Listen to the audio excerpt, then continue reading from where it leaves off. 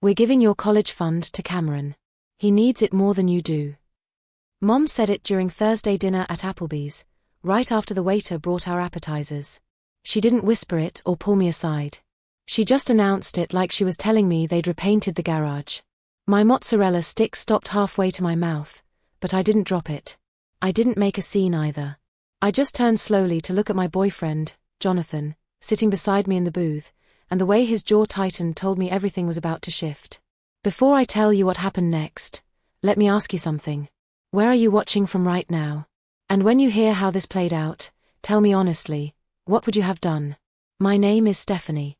I'm 26 years old, and for most of my life, I've been the background daughter. Not background in that cool, mysterious way. Background like wallpaper, always there, never really noticed, easily covered up when something brighter comes along. Growing up in our ranch house outside Charlotte meant growing up in my older brother Cameron's spotlight. He was 3 years older, but the age gap might as well have been a canyon. He was the star quarterback, the homecoming king, the kid who could do no wrong even when he was doing everything wrong. I was the girl who got A's that nobody celebrated because that's just what Stephanie does. Cameron got standing ovations for showing up to things on time. Mom used to say Cameron needed extra support because he was finding himself. Dad said he had natural leadership that required investment. What they really meant was that I was self-sufficient, so they could ignore me guilt-free. I figured out pretty early that the best survival strategy in our house was to need absolutely nothing from anyone. So I became that kid. The one who made her own breakfast before school. The one who took 2 buses to get to piano lessons because everyone was busy watching Cameron's football practice. The one who filled out her own FAFSA forms at 2 a.m. because Mom and Dad were helping Cameron write his college essay, his 3rd attempt at community college. I got into Chapel Hill with a partial scholarship. Cameron got a new F-150 for finally getting his associate's degree at 23. Different kids, different rules. That was just how our family worked, and I'd accepted it the way you accept the weather. But let me tell you about Jonathan, because here's the part that changed the entire equation. I met him 2 years ago at a coffee shop downtown where I was working on a marketing presentation. I'd just gotten promoted to junior account manager at a small advertising firm, and I was trying to nail a pitch for a local client. Jonathan was at the next table, also working, occasionally glancing over when I muttered to myself about font choices. After an hour, he finally spoke up. Try Helvetica. People trust Helvetica. I looked up, ready to be annoyed, but something about his easy smile stopped me. That's incredibly random advice from a stranger. I'm Jonathan. Now we're not strangers. He extended his hand. And I'm serious about the Helvetica thing. I work in design. We talked for 3 hours that day. He was funny without trying too hard, smart without showing off, and genuinely interested in my work in a way that felt foreign and wonderful. He told me he did freelance design work, and I pictured him doing logos for local bands and restaurant menus. For almost a year, I thought Jonathan was just a regular guy scraping by in the gig economy like the rest of us millennials. He drove a 10-year-old Subaru, wore the same rotation of 5 t-shirts, lived in a modest apartment in South End. He never talked about money. Never flashed anything expensive. He just showed up consistently, the way I'd learned to show up for myself. The truth came out on a random Tuesday. I was at his place helping him organize some files when I knocked over a stack of mail. An envelope from Incorporated magazine fell out, already opened. Inside was a letter congratulating him on being named to their 30 under 30 list. My hands literally shook as I read it. Jonathan hadn't just done freelance design work. He'd built a design app in college, something about AI-assisted branding, and sold it to Adobe 3 years ago. The letter mentioned the acquisition price casually, like everyone just had 8-figure exits in their back pocket. When I confronted him, he looked embarrassed. I was going to tell you. When were you going to mention you're basically a tech millionaire? He ran his hand through his hair, that nervous gesture I'd come to know. I didn't want that to be the thing you saw first. Every relationship I'd had before, once people found out, that's all I became. The money. I just wanted someone to like me for me. I did like him for him. The guy who remembered my coffee order, who made terrible dad jokes, who listened to my work stories like they mattered. And he liked me for me too, the girl who'd built her own life out of nothing but determination and silence.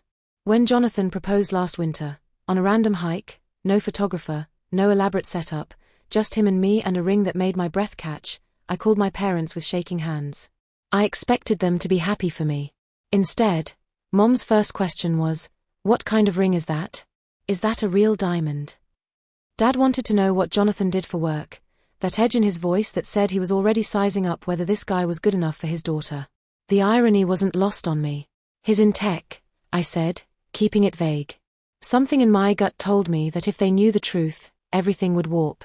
I wanted them to love Jonathan because he was kind and steady and made me laugh, not because of what his bank account looked like.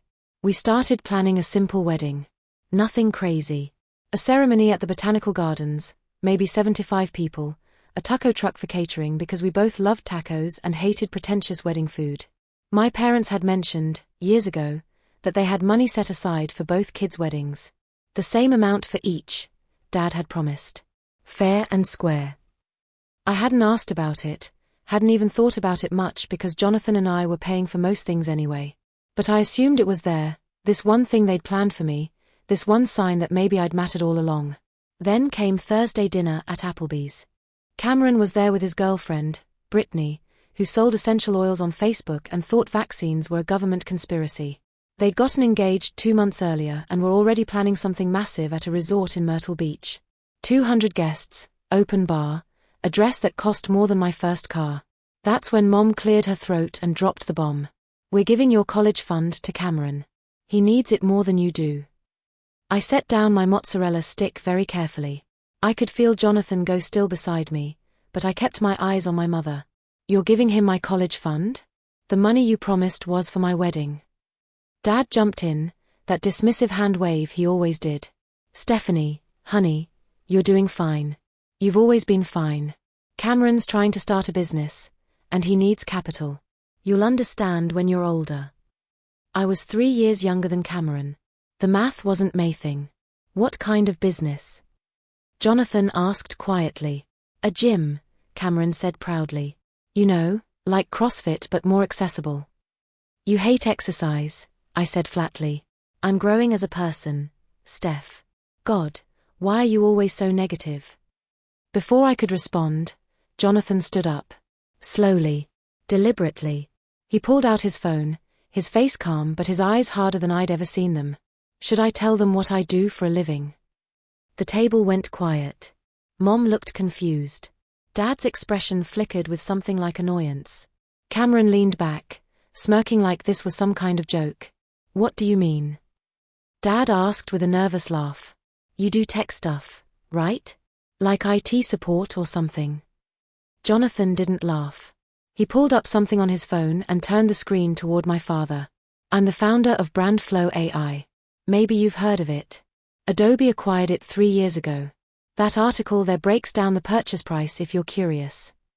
I watched my father's face drain of color. Mom grabbed her water glass so hard I thought it might shatter. Cameron's smirk evaporated like water on hot pavement. "You're..." Dad sputtered. "I'm the man who was planning to cover every expense for Stephanie's wedding without telling anyone," Jonathan continued, his voice never rising above conversational. "I was going to make sure her family didn't stress about a single bill, because that's what you do for people you love. But now I'm hearing that you took money that belonged to her, money you promised her, and you're giving it to your son for a gym he'll probably abandon in 6 months. The silence was deafening. Cameron stood up suddenly.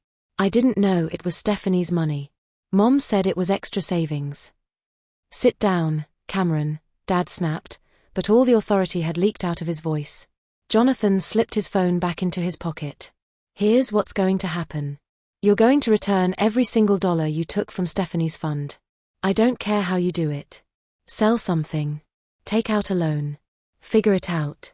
Because if you don't, I will personally make sure every single person in your church, your country club, your entire social circle knows exactly what kind of parents steal from their own daughter to fund their son's 4th failed business idea." Mom's voice cracked. "Jonathan, please. This is a family matter." "Stephanie is about to be my family," Jonathan said quietly. "And I protect my family. Unlike some people at this table."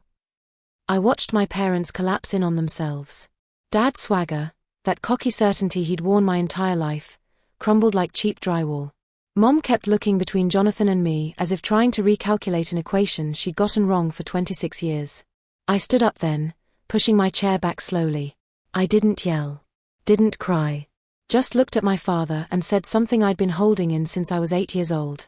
I spent my entire life trying to be enough for you. Working harder, needing less, disappearing so you could focus on him. And you know what? I was enough. I was always enough. You just refused to see it. Dad opened his mouth. Nothing came out. You don't owe me an apology, I continued. I don't want one. I just want you to know that I'm done being your invisible daughter. I'm done being fine. Jonathan took my hand. His grip was warm, solid, everything my childhood never was. We're leaving, he said to the table. You have 30 days to return the money. After that, you'll hear from my attorney. We walked out together. Behind us, I heard Cameron start yelling. I heard Mom crying. I heard the sound of a family finally facing a lie they'd built their entire structure on. 28 days later, the money appeared in my account. Every dollar, wired with no message attached. I didn't call to say thank you. I didn't call at all. Our wedding happened 4 months later. Not in Myrtle Beach. Not in some expensive venue designed to impress people we didn't like. We got married at a small vineyard in Asheville. Just 40 people who actually loved us. Jonathan's parents, my college roommate, a handful of his business partners who'd become genuine friends. My parents weren't invited. Cameron texted the night before saying he was sorry, that he wanted to be there. I left it on read. Some apologies come too late to mean anything. What I remember most about that day was the quiet. Not the painful silence I grew up with, but the peaceful kind. The kind that comes when you finally stop performing for an audience that was never really watching. Jonathan wrote his own vows. He said he fell in love with me because I was the first person who never wanted anything from him except his company. He said I taught him that strength doesn't announce itself, it just shows up. He said he'd spend the rest of his life making sure I never felt invisible again. I cried then. Finally. The money my parents returned?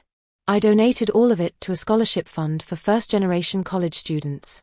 The kids who have to figure everything out alone, who make their own breakfast and take 2 buses and learn early that nobody's coming to save them. Because I know what it's like to save yourself. And I know how much harder it is when you're doing it invisible. Cameron's gym opened last month. I heard it closed 3 weeks later. Brittany left him shortly after. Mom called wanting to talk, leaving voicemails about how much she missed me. I let them pile up. Some doors close for a reason. I'm building something different now. A life where I'm seen, where I matter, where the people around me don't keep score. Jonathan and I just bought a house in Davidson. Nothing flashy, just a place with a big kitchen and a yard where our kids can play someday. And if they ever feel invisible, I'll know exactly how to see them. If you're watching this and you've ever been the forgotten one, the one who's always fine, the one who needs nothing because nobody's offering anything, I want you to know something. Your invisibility isn't weakness. It's the foundation you built when no one else would build it for you. And one day, you'll stand on that foundation, and everyone who overlooked you will finally understand what they missed. The quietest people often have the most powerful stories. Don't ever let anyone make you think otherwise.